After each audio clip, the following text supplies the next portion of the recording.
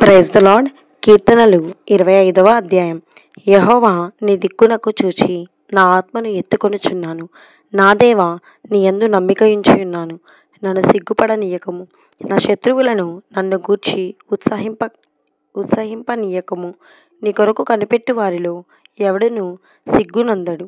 హేతువు లేకుండానే ద్రోహము చేయువారు సిగ్గునొందుదురు. యెహోవా, నీ మార్గములను నాకు తెలియజేయుము. నీ త్రోవలను నాకు తేటపరచుము. నన్ను నీ సత్యమును అనుసరింపజేసి నాకు ఉపదేశము చేయుము.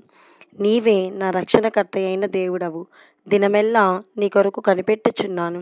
యెహోవా, నీ కరుణాతిశయములను జ్ఞాపకము చేసుకొనుము.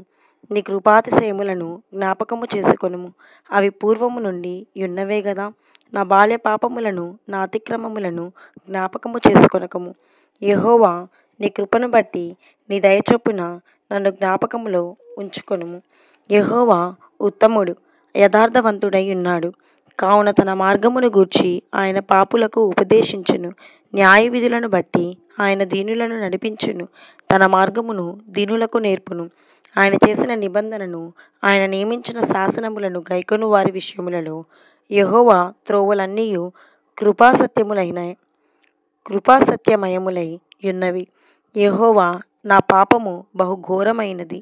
నీ నామమును బట్టి దానిని క్షమింపుము. యెహోవా యందు భయభక్తులు గల వాడెవడో వాడు కోరుకొనవలసిన మార్గమును ఆయన మనకి బోధించును. అతని ప్రాణము నెమ్మదిగా నుండును. అతని సంతానము భూమిని స్వతంత్రించుకొనును.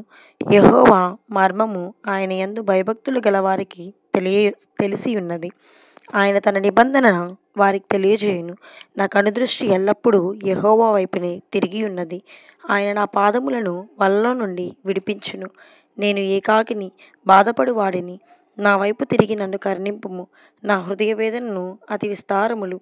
ఇక్కట్టులో నుండి నన్ను విడిపింపుము. నా బాధను, నా వేదనను కనుగొనుము.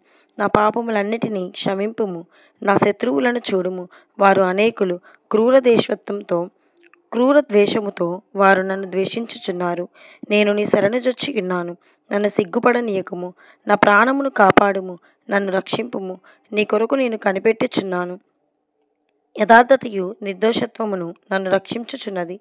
నన్ను సంరక్షించునుగాక. దేవా, వారి బాధలన్నిటిలో నుండి ఇశ్రాయేలీయులను విమోచింపుము. ఆమేన్.